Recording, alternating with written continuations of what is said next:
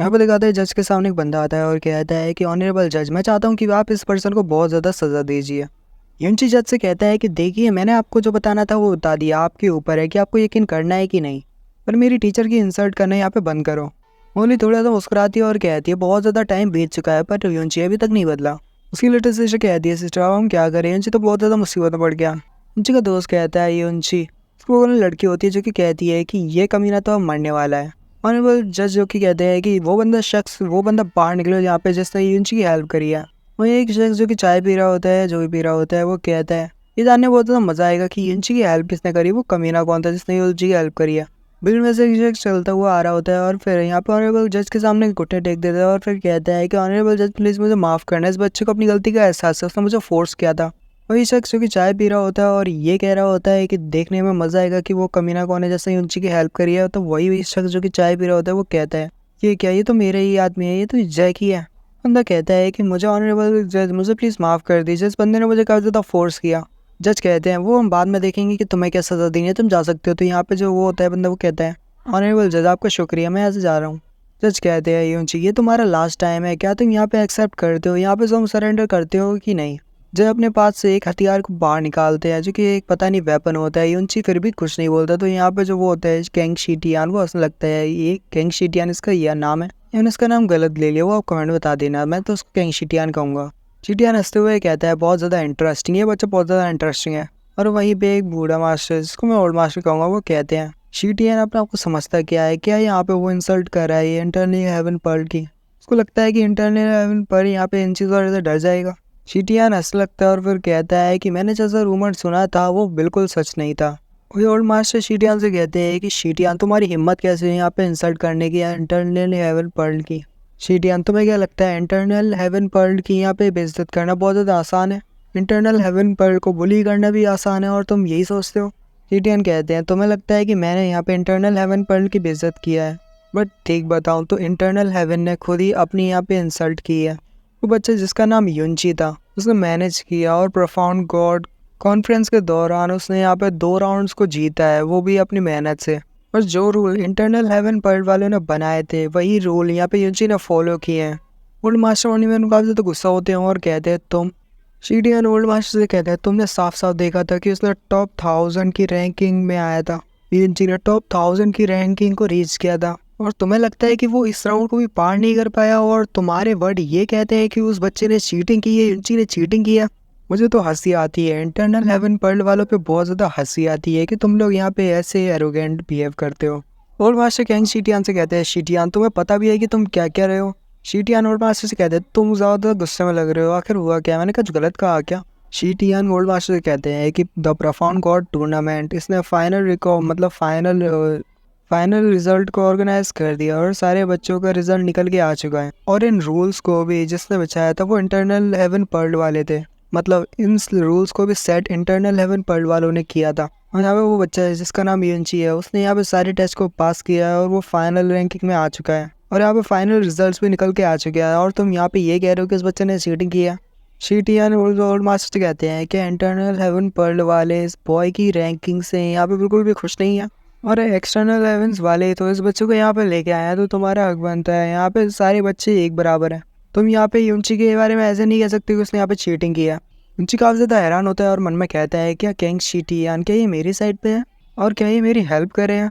शीटियान old master कहते हैं but फिर भी यहाँ पे तुम इस बात से राज़ी नहीं हो कि इस बच्चे ने यहाँ पे इस टेस्ट को पास किया और अपने यहाँ पे मेहनत किया, क्यों है ना। और तुम यहाँ पे बात कर रहे हो कि तुम इंटरनल लेवल पर्ल वाले में से हो और तुम यहाँ पे इंटरनल हेवन एम्परर हो।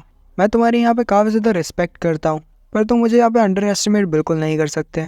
जो ओल्ड मास्टर होते हैं वो कहते हैं ये ईस्टर्न डिवाइन रीजन है, ना कि तुम्हारा साउथ एंड डिवाइन रीजन। तुम्हारा कोई हक नहीं है कि तुम इसमें इंटरफेयर करो, यहाँ पे अपनी बकवास चलाओ। ड्रैगन मोनार्च बाहर निकलते हैं और कहते हैं कि तुम दोनों यहाँ पे आर्ग्यू करना बंद करोगे, और क्या तुम दोनों इस मोनार्च की बात को सुनोगे कि नहीं। ओल्ड मास्टर कहते हैं कि ड्रैगन मोनार्च प्लीज़ आप ही यहाँ पे इस मसले को सुलझाइए।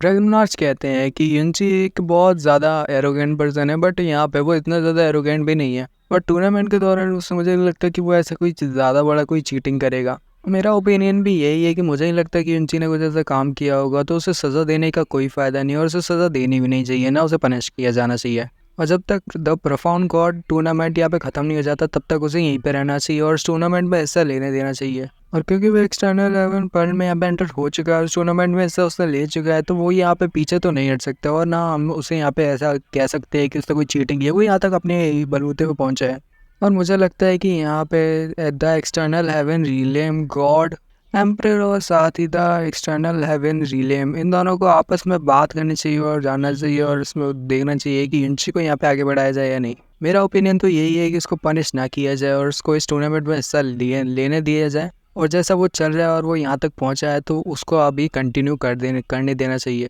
तो मुझे लगता है कि यहाँ पे तुम दोनों को आर्ग्यू करना बंद कर देना चाहिए और जैसा युनची चल रहा है और जैसा टूर्नामेंट चल रहा है उसको चलने देना चाहिए।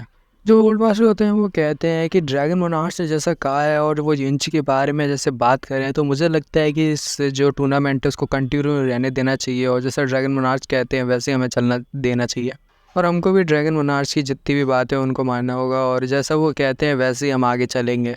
ओल्ड मास्टर जो कि कहते हैं कि युनची हाँ माने कि वो काफ़ी ज़्यादा डिस्पीकेबल है, काफ़ी ज़्यादा एरोगेंट है, बट मुझे नहीं लगता है कि यहाँ पे उसने कोई चीटिंग की होगी और प्रोफाउंड गॉड कॉन्फ्रेंस के दौरान उसने किसी भी रूल को नहीं तोड़ा। ओल्ड मास्टर कहते हैं तो यहाँ पे हम ये इस मसले को यहीं पे सुलझा देते हैं और यहाँ पे युनची जैसा नॉर्मली यहाँ तक पहुँचा है तो वो आगे भी कंटिन्यू करेगा और इस बैटल में हिस्सा लेगा अंत तक, जब तक कि ये टूर्नामेंट पूरा ख़त्म नहीं हो जाता और युनची को बाहर एग्जीक्यूट नहीं किया जाएगा, ना हटाया जाएगा। वो जो ब्लैक कपड़ों में शख्स होता है वो कहता है अच्छा ठीक है, जैसा आपकी कमांड है वैसे ही हम फॉलो करेंगे। वो फिर युनची और साथ ही उस बंदे से कहते हैं चलो तुम दोनों यहाँ से चले जाओ और ठीक है अपनी बैटल को कंटिन्यू करो। वो दोनों ही शख्स कहते हैं अच्छा ठीक है, थैंक यू जज। और सभी जो होते हैं ओल्ड मास्टर वो कहते हैं चलो सभी चैम्पियंस यहाँ आ जाओ, एक जगह पे गैदर्ड हो जाओ और जल्दी से हम अपने तीसरे राउंड की शुरुआत करते हैं और उसको जल्दी से शुरुआत करते हैं।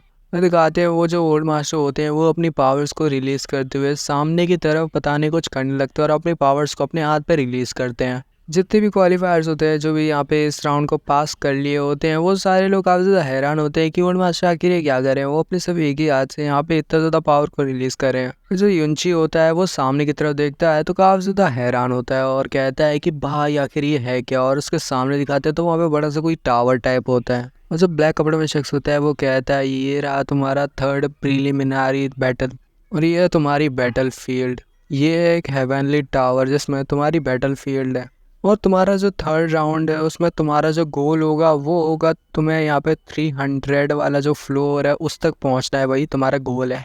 और जो हेवनली टावर का 300वां फ्लोर है तुम्हें वहाँ तक पहुँचना है और वही तुम्हारा गोल होने वाला है। और सारे फ्लोर को जो है सारे जितने भी फ्लोर होंगे हेवनली टावर में उन सारे को प्रोफाउंड बीज जो होंगे वो गार्ड कर रहे होंगे और जितना ज़्यादा तुम्हारे फ्लोर के नंबर बढ़ते जाएंगे उतने ज़्यादा जो प्रोफाउंड बीस्ट के जितनी भी स्ट्रेंथ होगी उतनी ज़्यादा वो बढ़ती जाएगी। यानी जितने ज़्यादा फ्लोर बढ़ते जाएंगे उतनी ज़्यादा तुम्हारे जो प्रोफाउंड बीस्ट होंगे जो हेवनली टावर के अंदर जो कि गार्ड कर रहे हैं फ्लोर को, उनकी पावर भी बढ़ती जाएगी, उनकी स्ट्रेंथ भी बढ़ती जाएगी। ओल्ड मास्टर कहते हैं कि यहाँ पे जितनी भी 32 मतलब यहाँ पे एक रूल है, जितनी भी 32 पार्टिसिपेटर्स मतलब जितने भी 32 लोग होंगे वो पूरे 300 फ्लोर तक पहुँच जाएंगे, वही अगले राउंड में जा पाएंगे और वही लोग God choose in the final battle में हिस्सा ले पाएंगे। शीटियन बोलते हैं कि तुम सभी को बता दो कि तुम्हें जितनी पावर हो सके उतनी पावर लगा देना। ओल्ड मास्टर होते हैं वो कहते हैं जो 300 फ्लोर तक 32 लोग जो कि पहुंच जाएंगे वही अगले राउंड में क्वालिफाई हो पाएंगे। ओल्ड मास्टर कहते हैं और कोई यहाँ पे रूल नहीं है, तो यहाँ पे युनची कहता है कि ठीक है आप अपने जो शब्द है उनको याद रखना। जो ब्लैक कपड़ों में शख्स होता है वो सभी लोगों से कह रहा होता है कि तुम्हें यहाँ पे अपने बलबूते पे ये सब करना होगा, तुम दूसरों की स्ट्रेंथ पे यहाँ पे रिलाई नहीं कर सकते।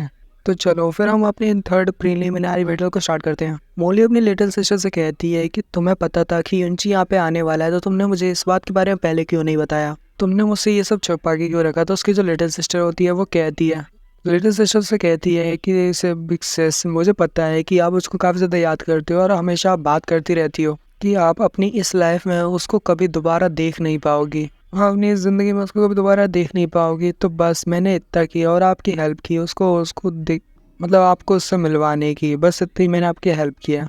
और इसी के साथ ये वाला एपिसोड भी यहीं पे खत्म हो जाता है। प्लीज़ कमेंट करें और लाइक करें और व्यूज़ अच्छे खासे आ जाएँ। जब 1 के व्यूज़ आ जाएंगे तो इसका नेक्स्ट एपिसोड आ जाएगा।